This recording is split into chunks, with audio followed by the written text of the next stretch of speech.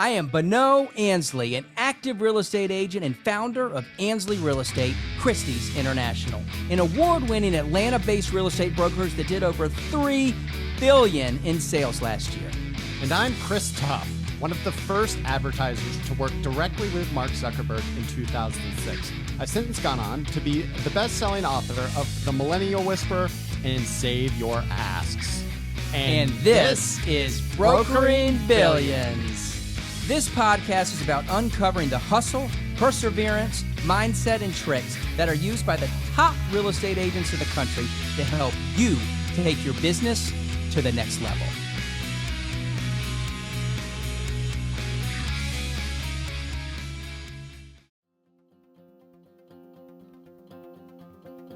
In today's episode of Brokering Billions, we're going to one of my favorite places, Jackson Hole, Wyoming. And we've got the top agent out there, Julie Faupel. Julie and I got to know each other through my involvement in her company she started called Realm. You guys aren't going to believe everything that she does. And Julie is one of those anomalies where the second she got into real estate after being in a career that was in marketing, she started to absolutely crush it. If you find yourself in a small market and you're wondering, how do you dominate it? Well, Julie's going to give you those secrets right now. Oh my gosh. I am incredibly excited today. We're with Julie Faupel. Really. We're with Julie. This is going to be the best podcast yet. I'm Bonneau and Julie. And I'm Chris Tuff. We are Brokering Billions. But today we are in our headquarters in Atlanta, Georgia with Ansley Real Estate, Christie's International.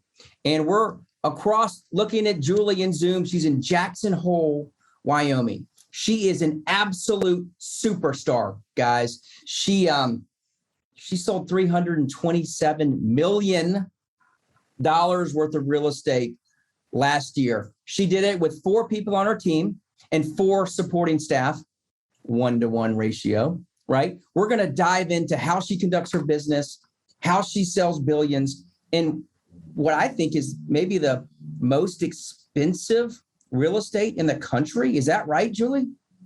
I think so. First of all, it's so good to be here, Bonneau, Chris. Thank you so much for having me. But yeah, I think we just passed the average home price of $4 million in Jackson, Wyoming. Unbelievable. That's incredible, right? So how many homes did you sell last year? Oh gosh, that's a good question. Actually, You don't know. I don't have any idea. That's unbelievable. That's a good sign too, probably. I bet it's under 50. I think it was closer to 60. I think we said just a little over 1 a week. So, wow. But that's what, as the market has kind of skyrocketed and inventory has really become so constrained, we're looking everywhere that we possibly can to sell things. And, prices, we set a record last year. We sold a $65 million place, which was more than double the next single family residential sale that had ever happened in the Valley. Well, we're going to dive into all those reasons on, how you do it, what you do, what your techniques, what's your mindset and everything else for our listeners. But just a little bit of facts about Julie. She sold her company that she started in May of last year to Compass. So she now is a founding member of Compass Real Estate in Jackson Hole, Wyoming. She's also the founder of Realm. Guys, I'm lucky enough to be a founding member of Realm, and it is the coolest club. It's an invite-only real estate tech startup, and it's got this beautiful virtual platform that we all can dive into and see the other elite agents from across the world that are members in Realm. And we're also going to dive into what was the genesis behind, starting a business, being a high producing real estate agent, and then saying, geez, I'm going to go ahead and start another company, Realm, right? With other elite agents across the world and create this incredible network that I'm using when I need to go sell refer somebody to LA or Costa Rica or wherever. I'm going into the Realm network and seeing who are these elite agents in these different areas. It's absolutely incredible. So having said that, let's dive into it, right? So we want to know, how did you get started in real estate, right? We've talked to folks early on. Some dropped out of school in 8th grade. Some were graduating college at 14 or something, 14 right? years old, right? Yeah. Julie, what's your story? What got you into this business to be where you are today? What's your start? How did you get into real estate? We're dying to know. So I think, part of what you just said is exactly why I'm in real estate. And it's exactly why I love this business so much, because it's full of kind of these stories and these incredible successes, all based on grit and resilience and, a lot of enthusiasm and just showing up. And so my story isn't much different. I grew up in the Midwest. I met my husband. We moved from Michigan to Jackson, Wyoming, 3 months after we were married. And so my husband was working in real estate, and I had always been in hospitality. I love the luxury business. I was working for Ritz-Carlton, and then I moved into another independent luxury hotel, and just have always had this incredible fascination with kind of pride and service. And making sure that that's something that isn't lost, that it's really something that, that is delivered with an eloquence and grace that can really kind of make people feel like they're part of a community. And so, my husband started having this great success in Jackson. And then I joined him from the hospitality business. And a little while later, we teamed up. We are part of a succession plan. So two of the most successful brokers, also a husband and wife team in the Valley, they'd been in business for 40 years, kind of came to us and said, we've been looking for people's faces we can put over our faces in this community. And they recognized, that means people that are philanthropists and community builders and, people that do so much more than just transact real estate. We are ambassadors. And so we partnered with them and started to sell real estate all together, the four of us. And then the company that we were working with actually went bankrupt in 2008.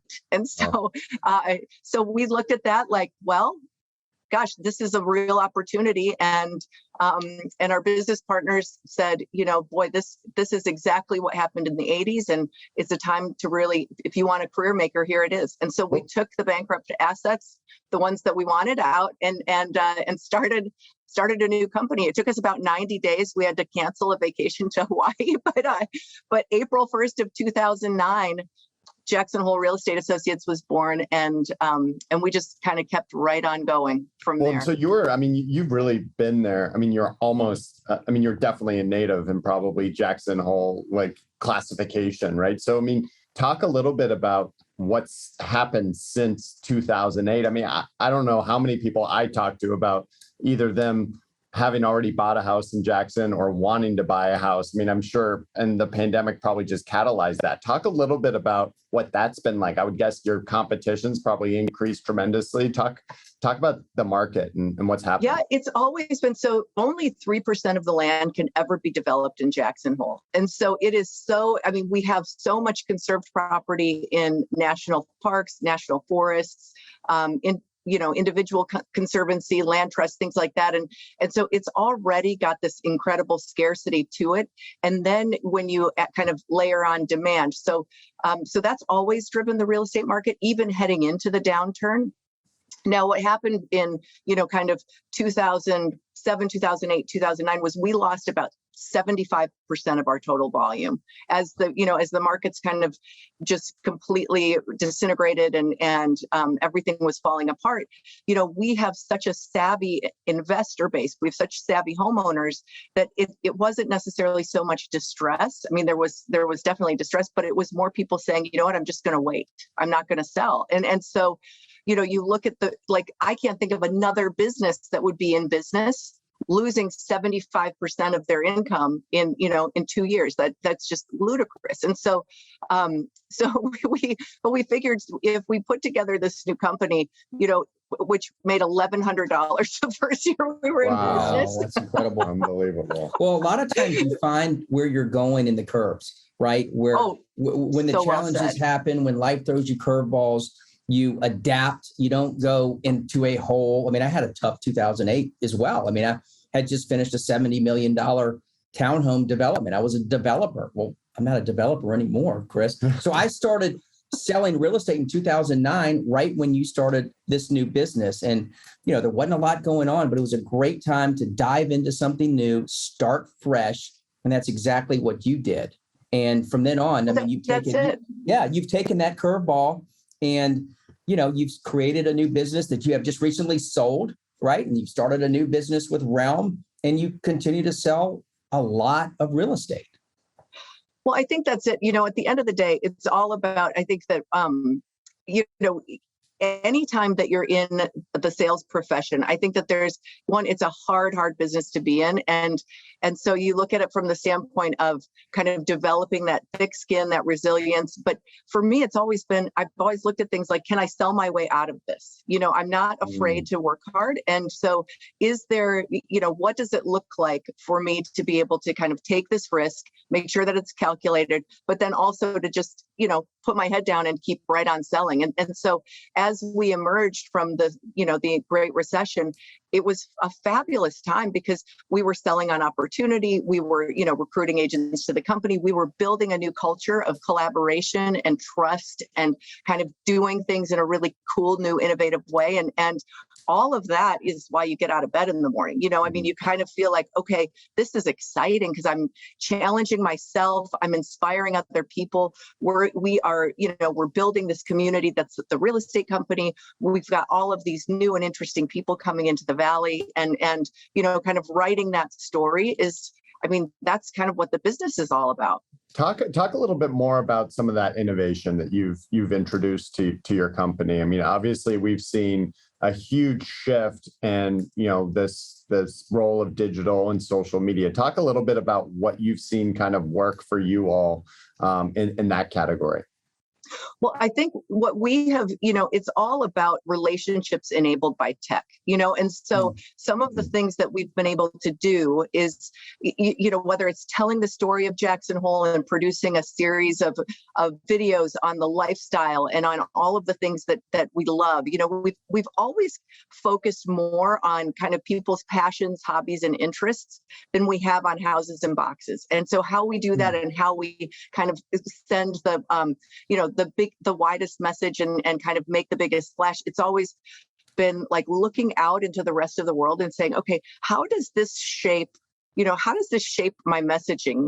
We've got some of the most incredible athletes in the world, mountain climbers and ski racers and, incredible outdoorsmen in Jackson. Let's tell their story because the guy sitting behind his desk, the investment banker in New York, he wants to be that guy. And so why not he's going to come to our website if he can kind of dream for a minute and pretend like he's part of this, incredible mountaineering community rather than, staring out at the concrete jungle. And so we've done so much with video and just kind of focusing on that innovation. We've done a ton with kind of individual websites and making sure that, that the properties are being showcased as best they can. Even whether it's time lapse or, you want to highlight, in Jackson, there's wildlife everywhere. So, you've got to make sure that you've got the night vision cameras so that we're capturing the moose and the bear that are coming through people's yards.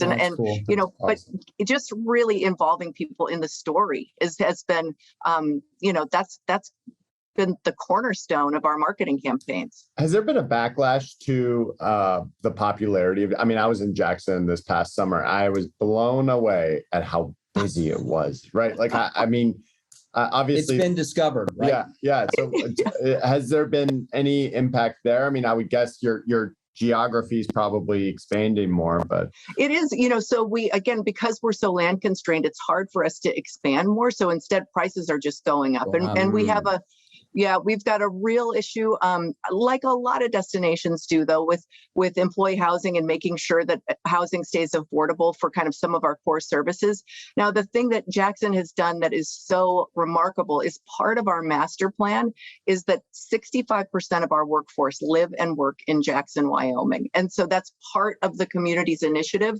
And so developers are required to build affordable housing when they put in a housing development. My husband, Matt, is actually building, we bought a motel with some partners last year, and he's building affordable housing where that motel used to be. And there's just so many people that believe so passionately that we don't want to lose the character of the community. We want to make sure that, whether it's, October or July, that it's vibrant and the restaurants are full and that the business owners are have all the opportunity that they could possibly have. But, it's not without trade-offs, Chris. I mean, we're definitely seeing, more traffic and and building costs. I mean, everything though is kind of exploding because what have we all just learned through the pandemic is that we don't necessarily have to live in one place, or we don't have to live in the concrete jungle. We can live wherever we want to, and we're definitely seeing people make the choice towards Jackson. Yeah, well, Jackson's hot. So with your company that you sold, how many agents did you guys have? So you guys were a team within a company that you own. And I'm familiar with that. Starting Ansley Real Estate, we've got 350 plus agents, right? And then I'm a team that works underneath that platform. So tell me a little bit about that dynamic and how you worked as a owner agent. So we had 120 agents, and the company did well, approaching 2 billion in annual volume, and so it was, for us, one of the things that was so important was the way that the company stayed alive early on was that we were selling, and it was, building the company kind of almost in service to the agents, so that you had kind of a bigger entity. We were affiliated with Christie's, all of that, was really fabulous, and kind of building on those tools. And then, but one of the things that we were super mindful of was making sure that our agents and our colleagues felt like they had the best opportunity always, because they were working with other people that were selling kind of alongside of them. And so we have always been collaborators. I think it's part of the strength of my personal business, of how my husband and I operate. And so, a lot of times we'd have agents that would, it'd be a $10 million listing. They'd have the opportunity to represent, and they would take us with them on a listing appointment. And we would do that, of course, not for a referral, not for anything, but more just to show the strength of the company and to show, how proud we were to have, great colleagues, because at the end of the day, I don't want to be the only top producer in my company. I want to have a bunch of top producers, a bunch of kind of killers that are out there, making rain, so that we all kind of elevate each other's game. I love it. I love it. You talk a lot about this role of grit and resilience. And I love that because, those are actually the two traits that I'm trying to instill in my 12-year-old and 10-year-old daughters, because I think that's really what I think make or breaks an entrepreneur, right? I don't want to cede the answer to this question with that, because I would guess that would be your answer. But what would you say? You're always driving to that next level. You did over 300 million last year. That number seems to always go up. What do you credit that hunger and what traits do you feel like you have to embody in order to always keep going to that next level? What is it? I like really nice things, Chris. I love it. I love it. No, Motivation. I'm kidding. No, I think we all do, right? We all like nice things. We all have expensive hobbies, but it's more than that. It's like, if you get up in the morning and you work hard and you do the right things, success is going to come to you. I think it's more about inspiring other people and inspiring excellence in other people, because I think that's where, like, when somebody goes, oh, hey, Julie Faupel, I saw you speak, or you showed this property to me, or that was the best transaction I've ever done. Like, that's incredible. That keeps you going, that motivates you to do more. Yeah, totally.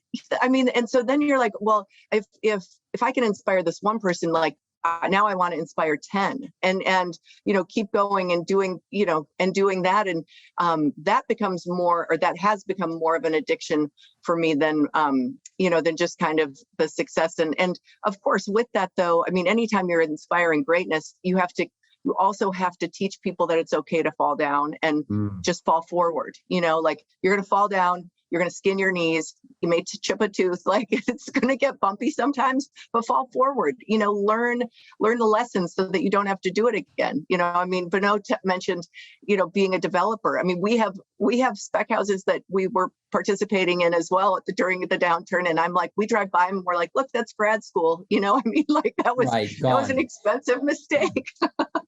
Well, so inspiring others, right? I tend to love to do that as well. Was that some of the impetus, in starting Realm?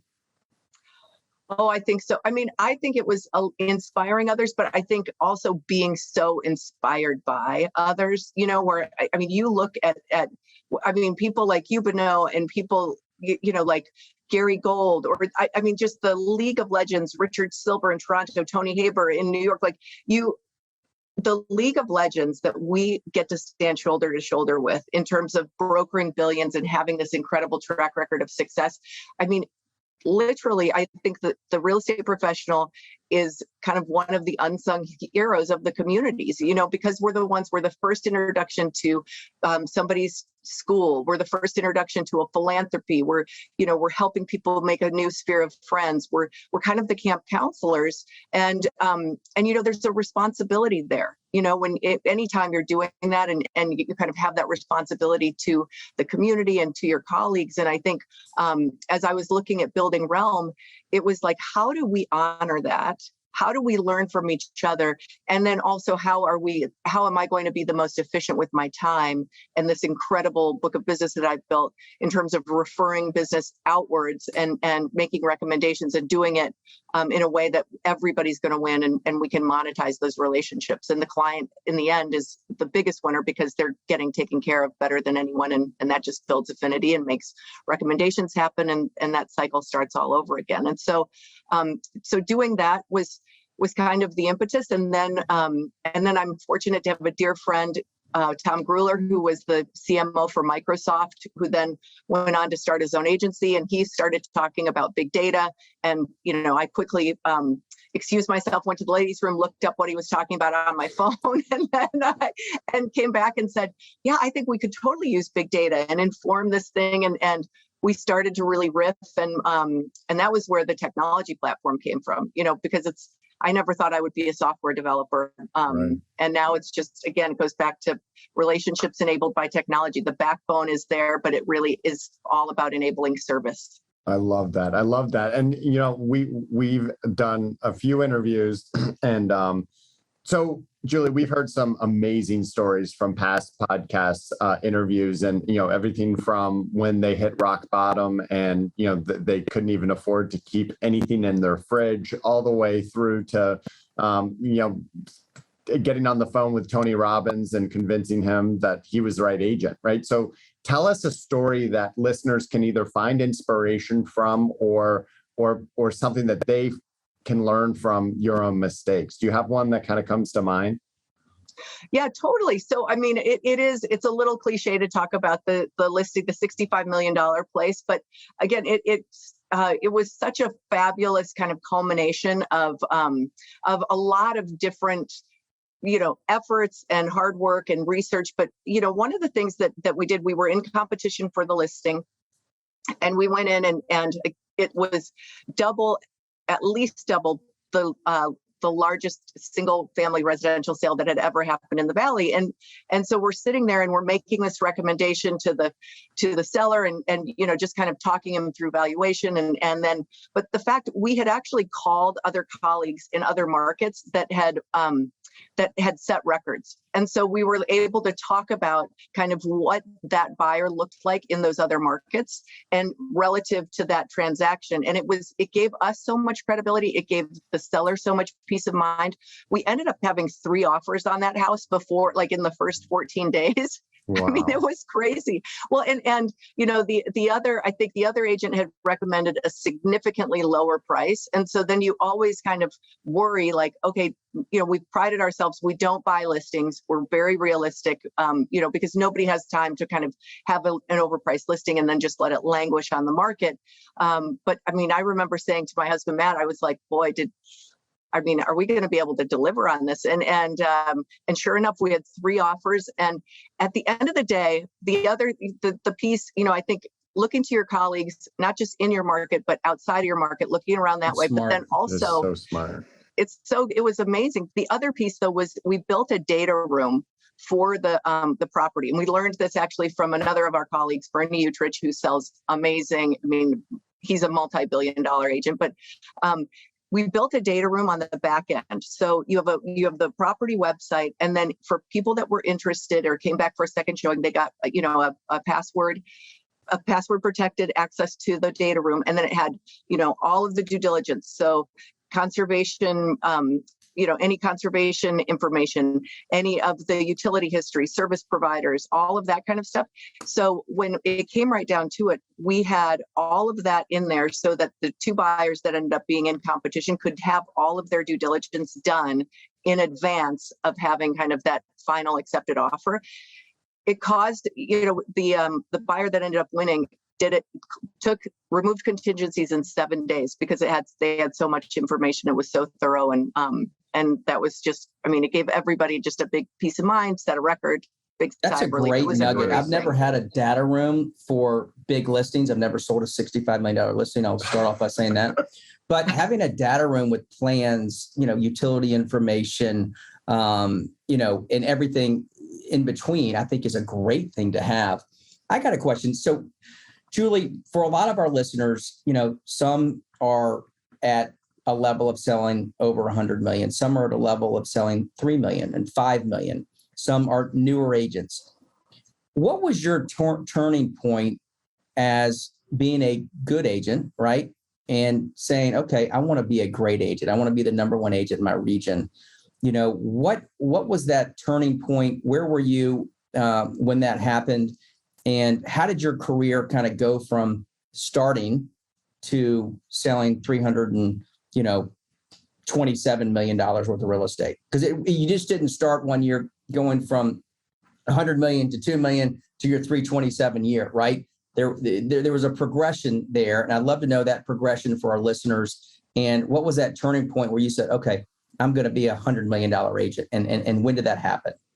Yeah, it's interesting because it was, I don't really remember when we actually went to 9 figures. I am somebody that has always focused on the top line and has always wanted to make sure that every year we're doing more and more, and we're kind of touting our sales and our success, and that we're setting records and we're kind of pushing the envelope. My husband is very much the one that is kind of the bottom line and really, more driven towards making sure that the business is sustainable.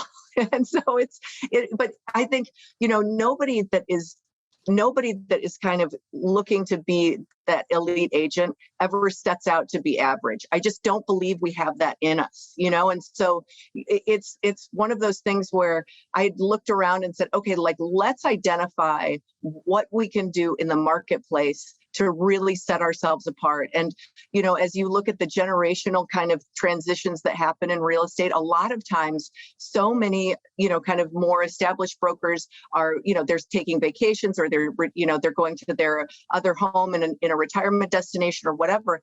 But that was the first thing that we did, was we started to make presentations to some other, internally to other members of the real estate community, and saying, hey, listen, just co-list with us. We'll take 40%, you take 60. We'll do everything while you're in Arizona or Florida or wherever you're spending your winters. But I want my name on the sign with you, and I want people to see my name wherever it is. And so, I think being great collaborators has always been that's helped us to just grow our business and kind of amplify our voice. And then, of course, being involved, I'm a joiner. My husband is a joiner. We're involved in every nonprofit you could possibly imagine. I was the social for my sorority for 2 years. So you kind of think about, I love to entertain. And I think all of those things just added up to incredible success and being able to monetize it far beyond where we ever thought we were going to be able to.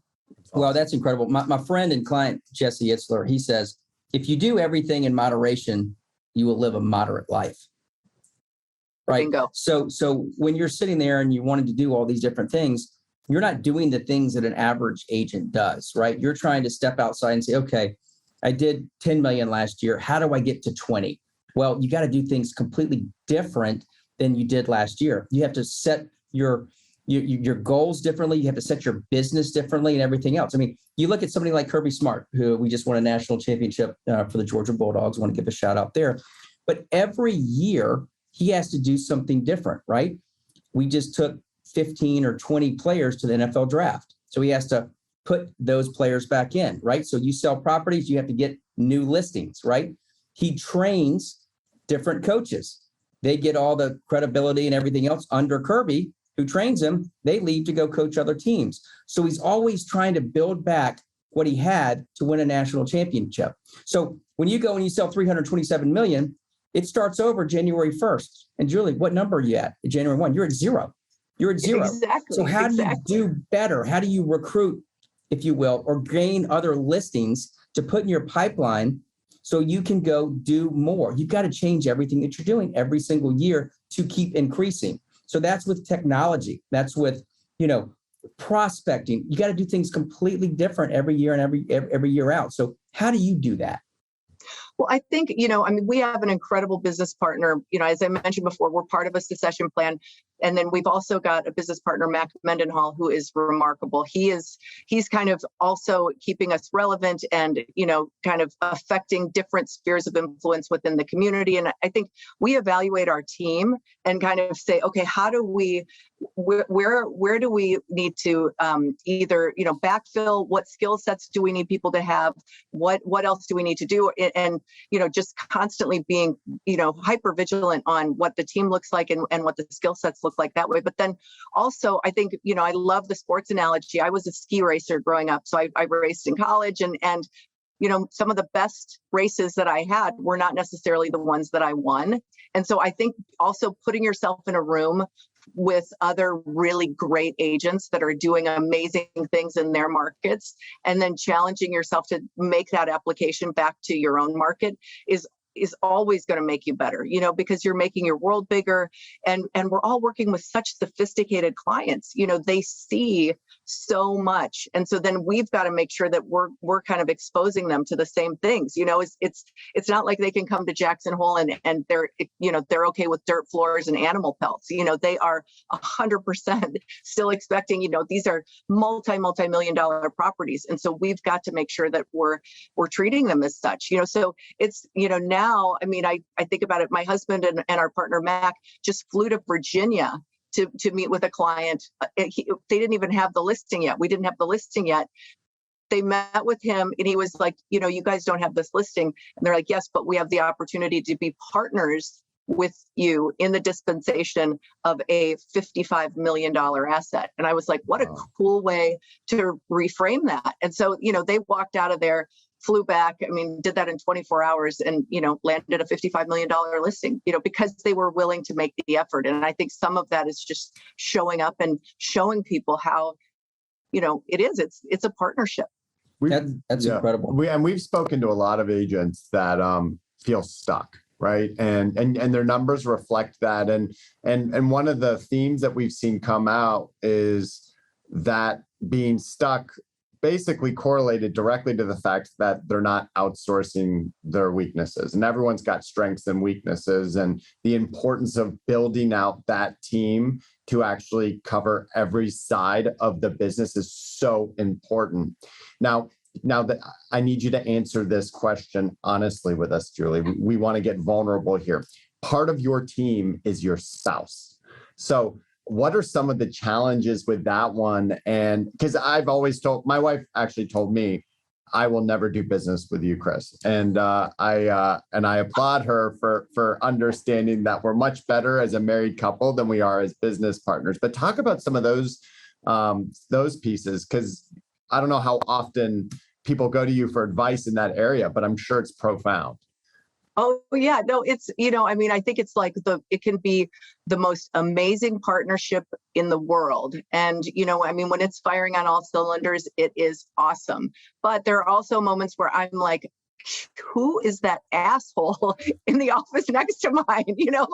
And I think, it's the balance of all of those things, because real estate is insidious. Everybody wants to talk about it and everybody's interested in it. And we talk about it constantly. And so it's it's something that has become very natural for us to kind of work together. We've become a little bit of a brand, kind of just because of the, the events where we'd see Bonneau or any of our other colleagues and, where it's like, oh, it's the Faupels and, we kind of have our own shtick, but it's been so powerful because my husband is an engineer by background and went to the University of Michigan, is a very, very smart guy. And I already said I was very social. My academic experience in college was very different, but together, we kind of like, we can listen for cues from the prospective buyers or the sellers and really start to develop a way of communicating with them that is the most effective, that's going to kind of resonate the most.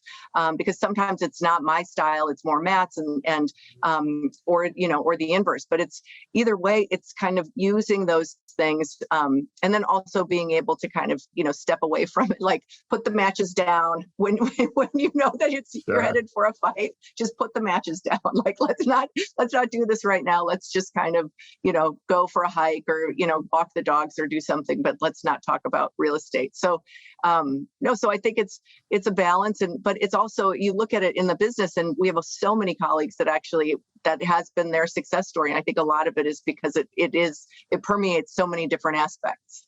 So the makeup of your team, you and your husband, and then you've got two others. Are those the two people that you guys started with, the other husband and wives that are part of your team? So Bob Graham and Karen Tiara. So that's the husband and wife. So Bob actually passed away during COVID, and he was selling real estate until right until the moment he passed. So, a remarkable mentor and just the most incredible human being.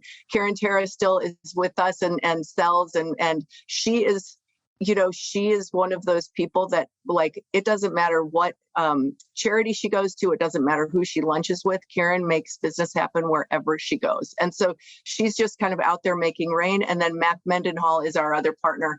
And so he's kind of, he's been through the trials and tribulations with us and kind of embodies that same ethos of just excellence and service and responsibility that we think is so important.